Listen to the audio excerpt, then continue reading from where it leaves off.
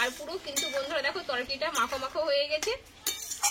আর দেখো রান্নাটা কতটা লোভনীয় হয়েছে, সুন্দর একটা গন্ধ বেরিয়েছে। আর কালারটাও দেখো বন্ধুরা কত সুন্দর এসছে। নিরামিষভাবে এইভাবে সোয়াবিন রান্না করা যায়, কিন্তু একদম মাছ মাংসের কথা মনেই পড়বে না। আর গরম গরম ভাত এটা দিয়ে খাওয়া হয়ে যাবে। খুব একটা সাধারণ রান্না। নমস্কার বন্ধুরা, কাকুলি কিচেন হাউসে সবাইকে স্বাগত জানিয়ে প্রতিদিন তোমাদের কাছে নতুন রান্না নিয়ে চলে এসেছি। তা আজকে রান্না আশা করি ভালো লাগবে। আজকে আমি তোমাদের সম্পূর্ণ নিরামিষ সোয়াবিনের একটা রেসিপি নিয়ে এসেছি। তা কীভাবে বানাচ্ছি তোমরা প্রথম থেকে শেষ অবধি দেখতে থাকো, নিশ্চয়ই ভালো লাগবে। আর খুব অল্প সময়ের মধ্যে অল্প উপকরণ দিয়ে কিন্তু আমি রান্নাটা করে দেখাবো। আর বিশেষ করে তোমাদের খুব সাধারণ রান্নায় আমি তুলে ধরি, কিন্তু তোমাদের খুব ভালো লাগে। তোমরা যখন কমেন্টে জানাও আমার কিন্তু খুব ভালো লাগে তখন। তা আজকে রান্নাও আশা করি ভালো লাগবে। তাহলে চলো রান্নাটা শুরু করি। আর রান্না শুরু করার আগে বলে দিই যে সকল বন্ধুরা এখন নতুন আমার চ্যানেলে, তাহলে চ্যানেলটা সাবস্ক্রাইব করে পাশে থেকো। দেখো বন্ধুরা, এইখানে আমি 1 প্যাকেট সোয়াবিন নিয়েছি। যে সোয়াবিনটা 15 টাকা দাম পাওয়া যায় দেখবে মুদিখানার দোকানে, ওই 1 প্যাকেট সোয়াবিন আমি কিন্তু নিয়েছি। এই 1 প্যাকেট সোয়াবিনটাই আমি তোমাদের রান্না করে দেখাবো। বন্ধুরা, এই সোয়াবিনটা আমি আগে একটু লবণ দিয়ে সেদ্ধটা করে নেব। তার জন্য কড়াইয়ে আমি কিছুটা জল নিয়ে নেব। এই জলটা একটু গরম করে নেব বন্ধুরা আগে। দেখো বন্ধুরা, আমি এখানে উনুনটা ধরিয়ে নিয়েছি আর জলটা কিন্তু গরম হতে লেগেছে। এখানে এইটুকু করে আমি লবণটা দিয়ে দেবো। দিয়ে জলটা একটু ফুটে উঠলে তখন সোয়াবিনটা আমি একটু ফুটিয়ে নেব। দেখো বন্ধুরা, এখানে জলটা কিন্তু গরম হয়ে গেছে। এবার সোয়াবিনগুলো আমি ঢেলে দেবো। দিয়ে আমি একটু সোয়াবিনটা ফুটিয়ে নেব। এমনিতে খুব গরম জল হলে কিন্তু সোয়াবিন খুব তাড়াতাড়ি কিন্তু নরম হয়ে যায়, তোমরা সবাই জানো। একটু ফুটিয়ে নিলে ভিতরে পোকা ভাব থাকলে কিন্তু এটা পরিষ্কার হয়ে যাবে।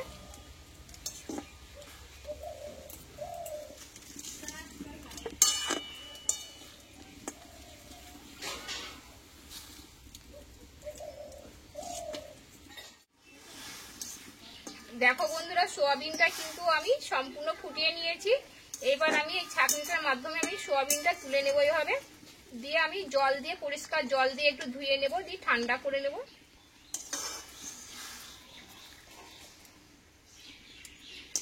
দেখো সোয়াবিনগুলো সব ছেঁকে নিলাম। এবার আমি ঠান্ডা করে নেব। দেখো বন্ধুরা, এখানে কিন্তু সোয়াবিনগুলো কিন্তু পুরোপুরি ঠান্ডা হয়ে গেছে। আমি ঠান্ডা জল দিয়ে একটু ধুয়ে নিয়েছি। এইভাবে আমি জলটা চিপে নেব হাতের মাধ্যমে।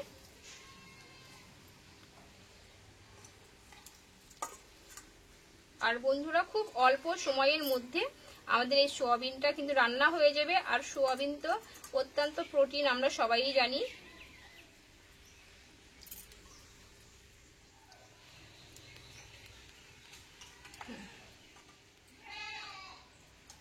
দেখো বন্ধুরা, এখানে কিন্তু সোয়াবিনগুলো সব আমি ভালোভাবে চিপে নিয়েছি। আর তোমাদের এখানে অফ ক্যামেরায় আমি কিন্তু আলুটাকে আগে সেদ্ধ করে নিয়েছি বন্ধুরা। এই আলুটা সেদ্ধ করে মানে আমি সোয়াবিনটা রান্না করব। আর বন্ধুরা, এই রান্নাটা খুব টেস্টি হয়। আলুটা এইভাবে কিন্তু আমি একটু আধ ভাঙা করে নেব, তাহলে কিন্তু রেসিপিটা খুব সুন্দর হবে আর খেতেও কিন্তু ভালো লাগবে। বন্ধুরা, এখানে 1 চামচ মতো 5 ফোড়ন নিয়েছি। আর এই 5 ফোড়নটা দিয়েই বন্ধুরা তোমাদের সোয়াবিনটা রান্না করে দেখাবো। তা কিভাবে আমি রান্নাটা করছি তোমরা দেখতে থেকো। দেখো বন্ধুরা, এই কড়াটা পরিষ্কার করে ধুয়ে নিয়েছি। আর এইখানে 1 চামচ মতো 5 ফোড়ন নিয়েছি। এটা আমি হালকা করে আমি ভেজে নেব।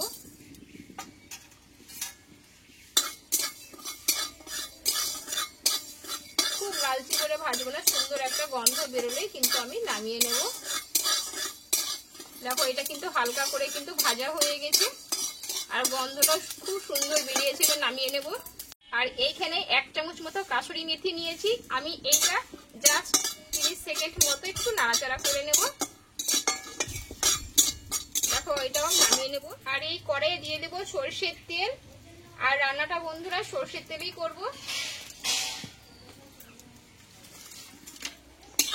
তেলটা ভালোভাবে একটু গরম করে নিয়েছি।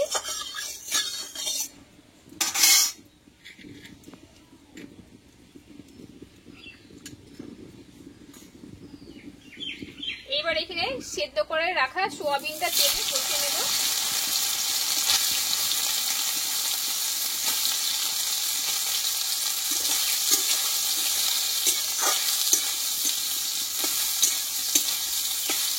সোয়াবিনটা ভালোভাবে আমি কষিয়ে নেব, একটু কাঁচা গন্ধটা চলে যায়।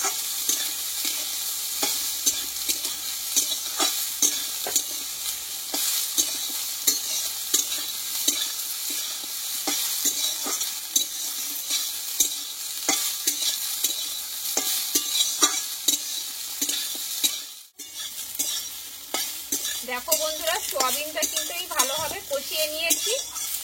এবার সোয়াবিনটা আমি নামিয়ে রেখে দেব। এই কড়াইয়ে আবার আমি কিছুটা সরষের তেল দিয়ে দেব।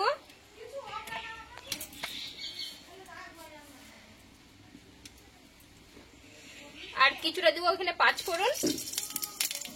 আর এখানে নিয়েছি একটা এলাচ, লবঙ্গ আর দারচিনি দিয়ে দেব।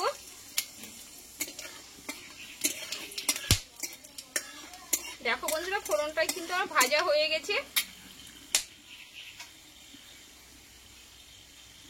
আর এখানে নিয়েছি আদা, কাঁচা লঙ্কার গোটা জিরে বেটে নিয়েছি, দিয়ে দেব।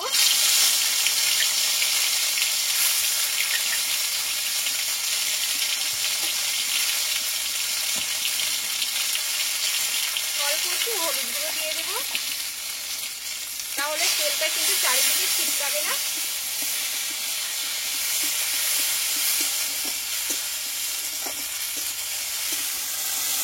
দেখো মশলাটা কিন্তু আমার ভাজা হয়ে গেছে।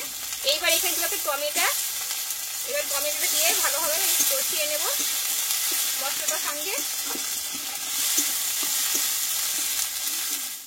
আর এখানে দেবো স্বাদ মতো লবণ, আর দেবো হলুদ গুঁড়ো।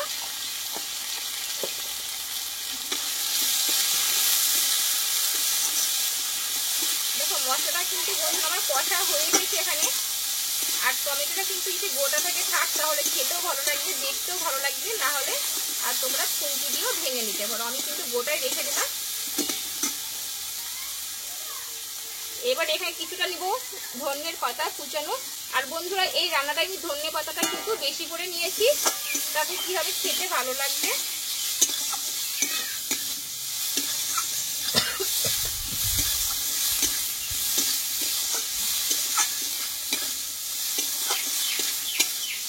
দেখো ধনিয়া পাতাটা দিয়ে মশলাটা কষানো হয়ে গেছে আমার। এইবার দেবো সেদ্ধ করা আলুটা দিয়ে দেবো।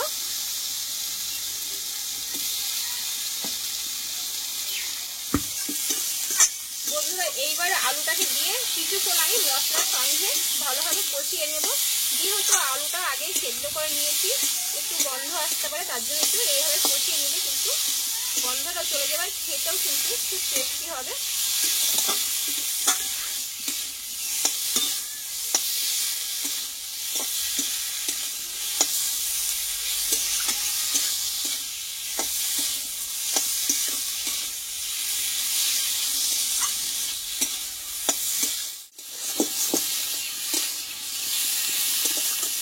দেখো বন্ধুরা, হাতে সময় নিয়ে বেশ কিছুক্ষণ ধরে আমি কিন্তু মশলার সঙ্গে আলু সেদ্ধটা ভালোভাবে কিন্তু কষিয়ে নিয়েছি।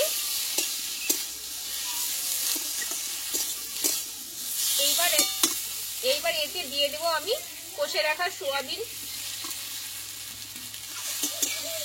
বন্ধুরা, সোয়াবিনটা দেওয়ার পরে আরো 1 মিনিট মতো কষিয়ে নেব মশলার সঙ্গে।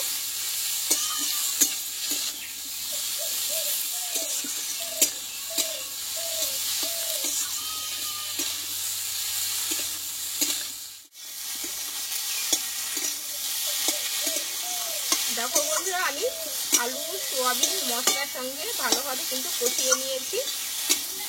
এইবার এখানে আমি জলটা অ্যাড করব। আর এখানে আমি নর্মাল জলই দেবো।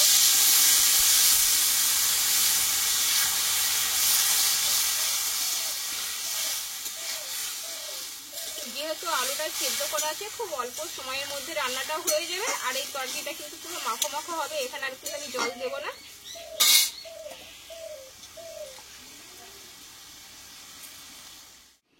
বন্ধুরা, এদিকে তরকারিটা ফুটুক, আর ততক্ষণ যেই পাঁচফোড়নটা আমি ভেজে নিয়েছিলাম এটা শিলনোড়ায় গুঁড়ো করে নেব। আর যেহেতু বন্ধুরা রান্নাটা খুবই তাড়াতাড়ি হয়ে যাবে। দেখো বন্ধুরা, এটা আমি কিন্তু গুঁড়ো করে নিয়েছি, এদিকে আমার রান্নাটাও হয়ে গেছে। এবার দিয়ে দেবো আমি। দেখো কাসুরি মেথি দিয়ে হালকা করে ভেজে নিয়েছিলাম, আর এখানে পাঁচফোড়নটা আমি দিয়ে দেবো। আর এই তরকারিটা পুরো মাখো মাখো হবে।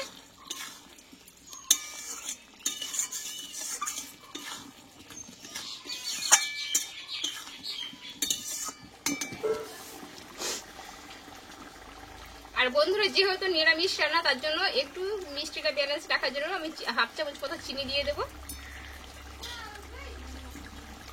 আর এখানে ছোট চামচের 1 চামচ মতো ঘি দেবো। দিয়ে আরো কিছুক্ষণ রান্নাটা করে নেবো।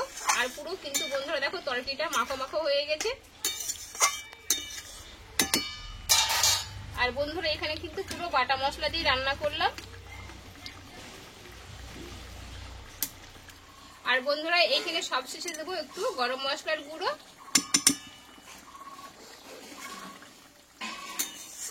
আর দেখো রান্নাটা কতটা লোভনীয় হয়েছে, সুন্দর একটা গন্ধ বেরিয়েছে। আর কালারটাও দেখো বন্ধুরা কত সুন্দর এসছে। নিরামিষ ভাবে এইভাবে সোয়াবিন রান্না করা যায়, কিন্তু একদম মাছ মাংসের কথা মনেই পড়বে না। আর গরম গরম ভাত এটা দিয়ে খাওয়া হয়ে যাবে। খুব একটা সাধারণ রান্না।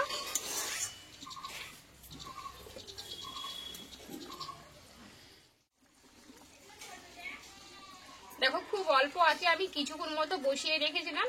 আর সুন্দর হবে কিন্তু একদম বসে গেছে। আর এই ঝোলটা কিন্তু একদমই বসে যাবে। এবার আমি নামিয়ে নেব। আর এই রান্নাটা তোমরা ডাল ভাতেও খেতে পারো, কিন্তু এই ঝোলটা একদমই থাকবে না।